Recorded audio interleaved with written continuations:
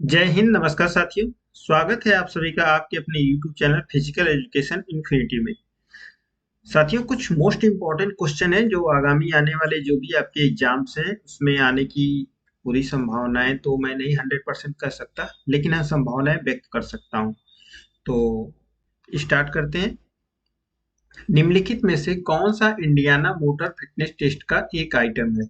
Which of the following is an item of the Indiana motor fitness test? तो floor pushup, vertical jump, standing broad jump या फिर all of the above.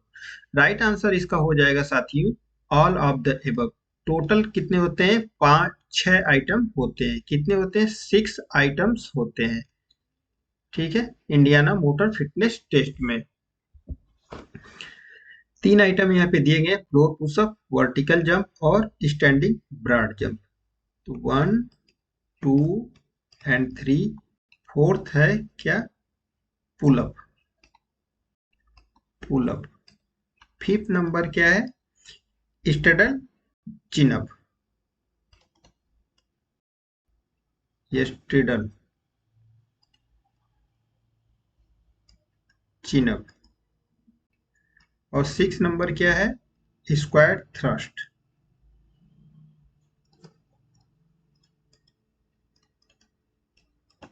तो Indiana motor fitness test में अगर question पूछ देता है कुल कितने आइटम होते हैं, तो कुल 6 आइटम होते हैं।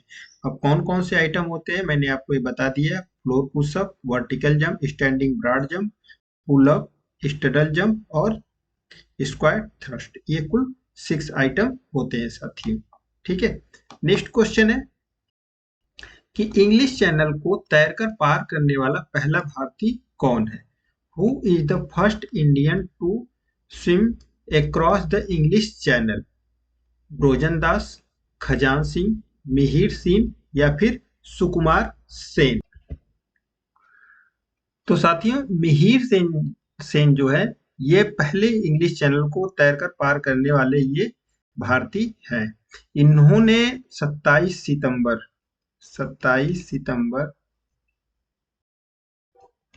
1958 को, कब? 1958 को डोवर से कैलिस तक इन्होंने इंग्लिश चैनल तैरकर पार किया था। अगर यहीं पे ये मेंस की बात हो गई, अगर महिलाओं का क्वेश्चन पूछ दिया जाए तो आरती शाह इन्होंने तैरकर पार किया था 1959 में। ठीक है, चलिए नेक्स्ट क्वेश्चन है।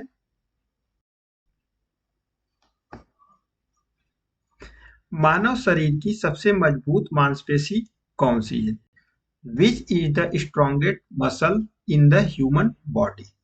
मैसेटर, ग्लूटियस मेडियस, सोलियस या फिर ट्रेपेजियस? 4 ऑप्शन में से आपको चूज करना है। तो मानव शरीर की जो सबसे मजबूत मांसपेशी होती है ये मसेटर होती है। ये कहाँ पे होती है? तो ये हमारे जबड़े में ये होती है।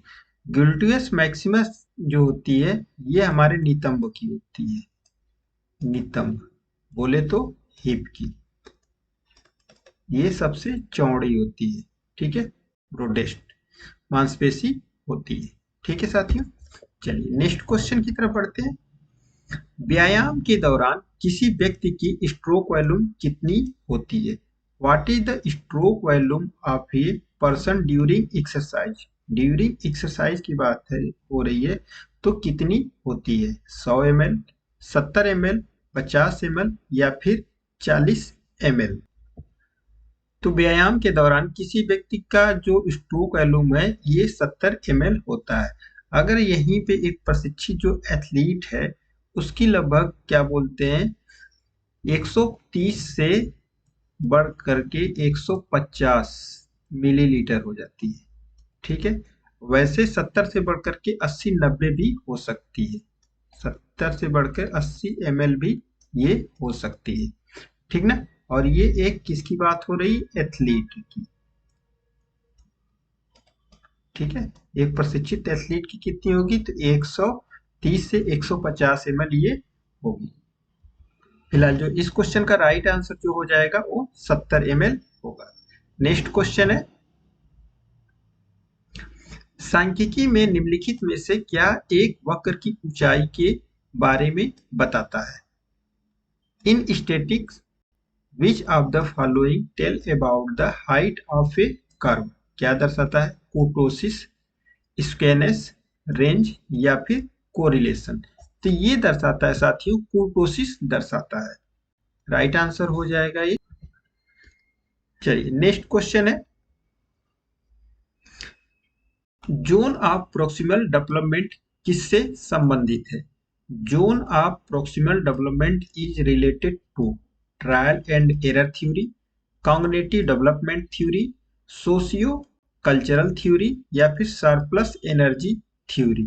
जोन ऑफ प्रोक्सिमल जो डेवलपमेंट है ये संबंधित होता है हमारे सोशियो कल्चरल थ्योरी से, ये संबंधित होता है। नेक्स्ट क्वेश्चन है, अधिशेष ऊर्जा सिद्धांत किसके द्वारा दिया गया है?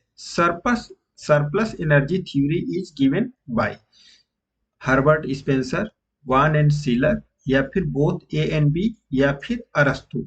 तो सरप्लस जो एनर्जी थ्योरी दी गई है ये हर्बर्ट स्पेंसर और वान सीलर के द्वारा दी गई है।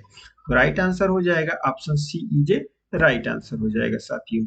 न्यू क्वेश्चन है, निम्नलिखित में से कौन सा वसा घुलनशील विटामिन नहीं है?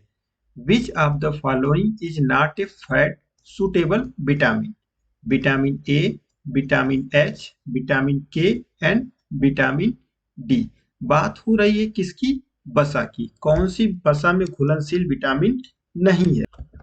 तो वसा में घुलनशील विटामिन जो क्या बोलते हैं, ये विटामिन एच नहीं होती है। ए, डी, ई एंड के, जिसको एडेक भी पढ़ते हैं और कुछ लोग कीड़ा भी पढ़ते हैं, ये इसका ट्रिक है। ठीक ना। जल में घुलनशील विटामिन पूछ देता है कौन सी होती है, तो जल में घुलनशील विटामिन होती है बी एंड सी। ठीक है। चलिए नेक्स्ट क्वेश्चन है, मानव शरीर की सबसे बड़ी धमनी कौन सी है?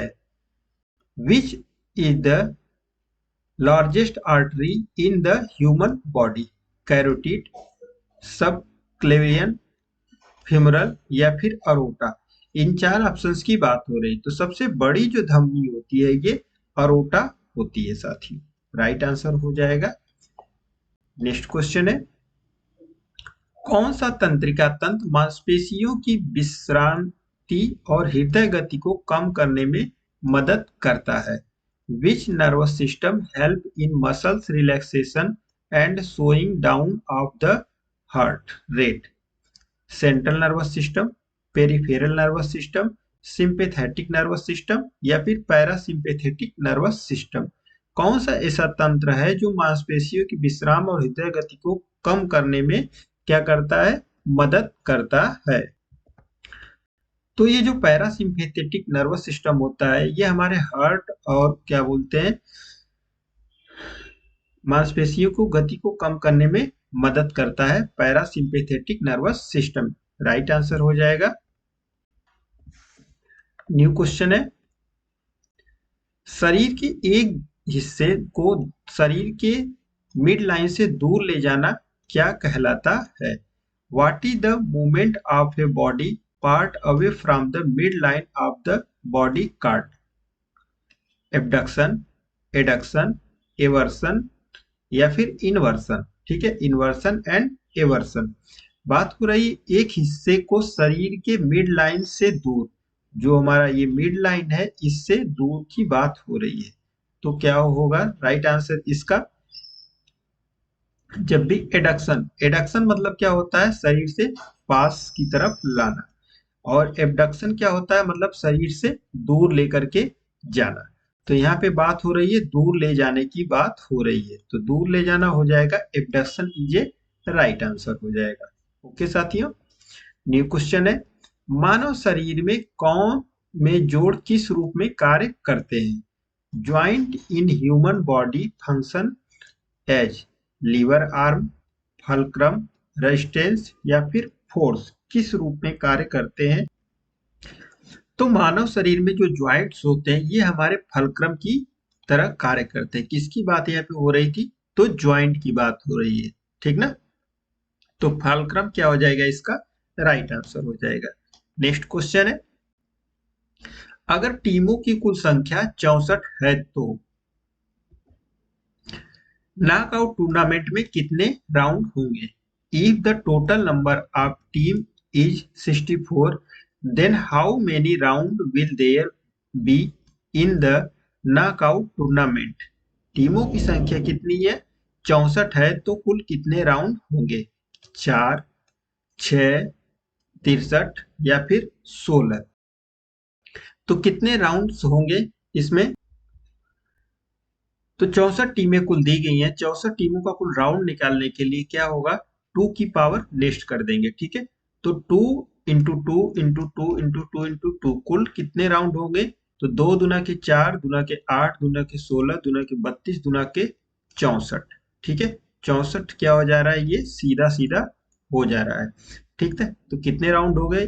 1, 2, 3, 4, 5 एंड 6 राउंड। कितने राउंड हो जाएंगे कुल? तो ये 6 राउंड हो जाएंगे। राइट आंसर हो जाएगा इसका। न्यू क्वेश्चन है, भगवत गीता पढ़ने के बजाय फुटबॉल खेलने से आप स्वर्ग के ज्यादा नजदीक होंगे, किसके द्वारा कहा गया है?